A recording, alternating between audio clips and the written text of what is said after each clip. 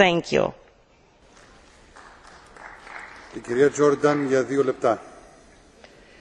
Spoštovana gospa komisarka, dragi kolegice in kolegi, razlika med pričakovanji in doseženimi rezultati konference v Kopenhavnu je bila nedopustno velika. Zato je terjala od nas, da nekaj spremenimo.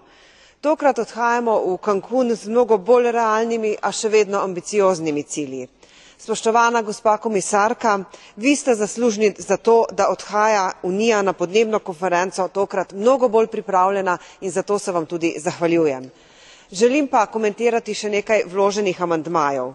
Dogovor v Kopenhavnu je prinesel nekaj pomembnih rezultatov in mednje zagotovo sodi odločitev, da moramo ukrepati tako, da bomo omejili globalni dvig temperature pod 2 stopinji Celzija.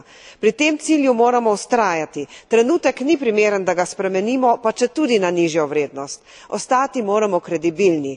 Tako pomembnih odločitev ne moremo spreminjati iz leta v leto. Želim se odzvati tudi na predloge, naj Unija enostransko zmanjša izpuste toplogrednih plinov za 30%. Menim, da se ne smemo spet preveč oddaljiti od tretjih držav. Cilj bomo zvišali in ga moramo zvišati, vendar, ko bodo za to ustrezne okoliščine. Poskrbeti pa moramo, da bo postopek za to odločitev vnaprej določen in da bo seveda tudi Evropski parlament ustrezno vključen v odločanje.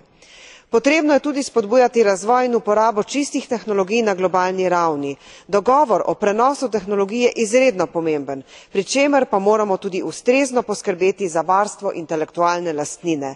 Le tako bodo podnebne spremembe priložnost in ne breme. Nenazadnje, pri vprašanju o financiranju podnebnih prizadevanj držav v razvoju naj poudarim, da imamo v Evropski uniji že vzpostavljen finančni mehanizem. To je Evropska shema za trgovanje z emisijami, tako imenovana shema ETS. Potrebno je zagotoviti njegovo dobro delovanje, učinkovitost ter transparentno in namensko črpanje finančnih sredstev. Menim, da ustvarjanje novih finančnih obremenitev v času finančne in gospodarske krize ni primerno.